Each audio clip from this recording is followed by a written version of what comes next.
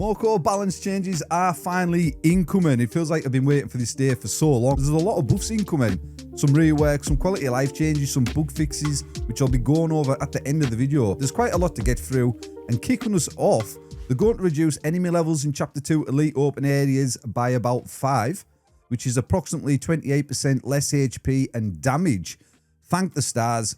Big complaint in the community that these monsters were way too strong inside of the Elite world. And they're also going to add 20 to 50% XP gains from most monsters and NPCs, which is great to hear. Players can get that XP quicker off their monsters and stay alive a bit longer because they're going to be dealing less damage and you're going to be able to kill them easier finally. So moving on to the weapons, and they're going to reduce the melee movement slowdown by about 25%, meaning that when you're spamming the monster slugger, for example, you're going to be 25% quicker, so you can move faster while spamming your attack.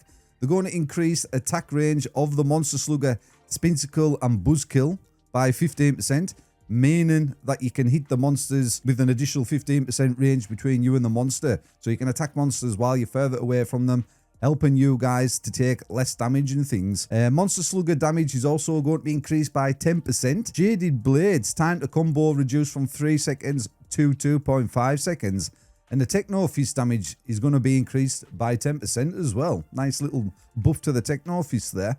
And we've also got the Toothpick and Shield damage reduction increased from 25% to 30%. Medicine Ball health bonus increased from 20% to 30%. And damage and healing increased by 10%. Spincicle dodge chance has been increased from 20% to 25%. We've got to change to the Super Loud Whistle as well. And the cooldown has been reduced from 12 seconds to 8 seconds. But the duration has also been reduced from 8 seconds to 4 seconds, but the healing has been increased by 100%. And we've also got the Life Jacket. The cooldown has been reduced from 15 seconds to 12 seconds. The Sheldon's maximum health has been increased by 30%.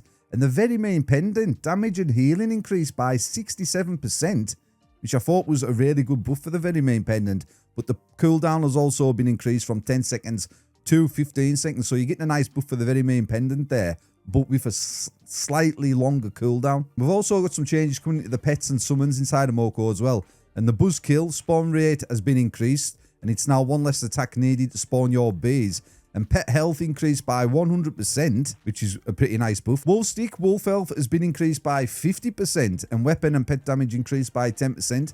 Again, I think that's a nice buff for the Wolf Stick. And the pet damage rings, both major and minor, bonus increased by 10%, and the pet elf rings, both major and minor, and the bonus increased by 20%. And we've also got some buffs coming into some things that aren't used that much inside of the game at present. First up is the Poison Bow, and the damage has been increased by 21%. I think that's going to be a really good weapon inside the game after these changes. And we've also got the Hornbow, and the damage has been increased by 14%.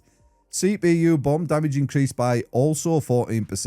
And we also have the explosive 6-pack, and the damage has been increased by 30%. Smelly Socks damage increased by 10%. Cactus Charm damage increased by also 10%. And the Boombox cooldown reduced from 12 seconds to 10 seconds. And the Gadget Battery damage increased by 30%. And the Singularity cooldown reduction per combo increased from 1.5 seconds to 2.5 seconds. And the damage increased by 10%.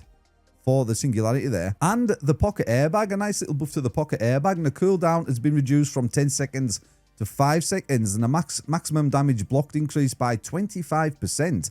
I think that's a nice little buff for the Pocket Airbag as well. Little changes to some rings, and we've got minor rings damage and healing increased by 10%.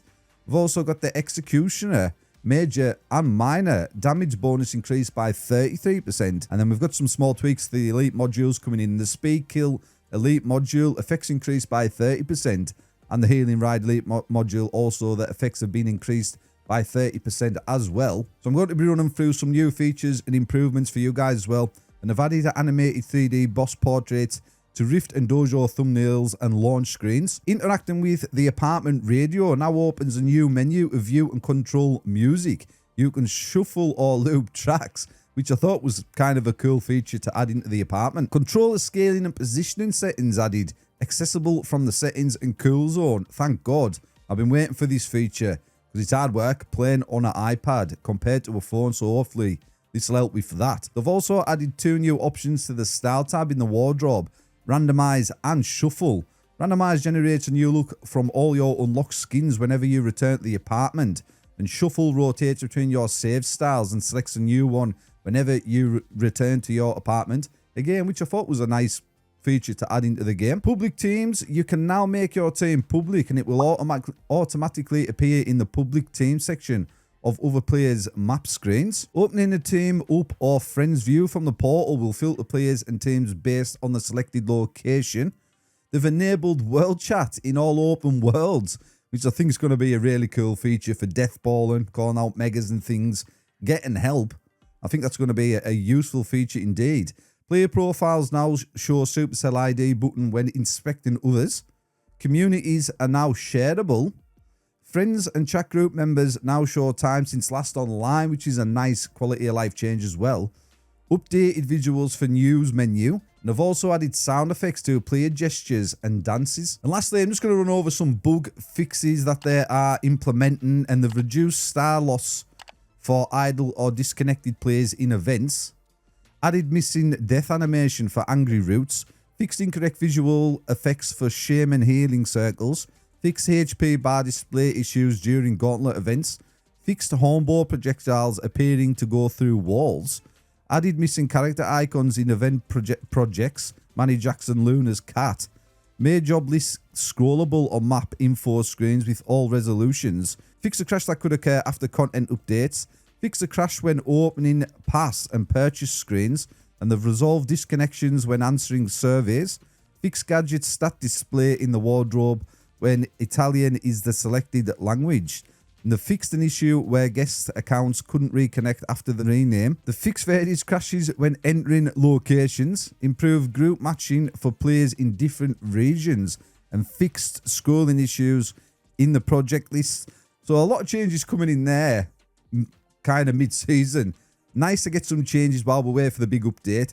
You guys let me know your thoughts and opinions on these balance changes in the comment section down below. We'll catch you hunters in the next video.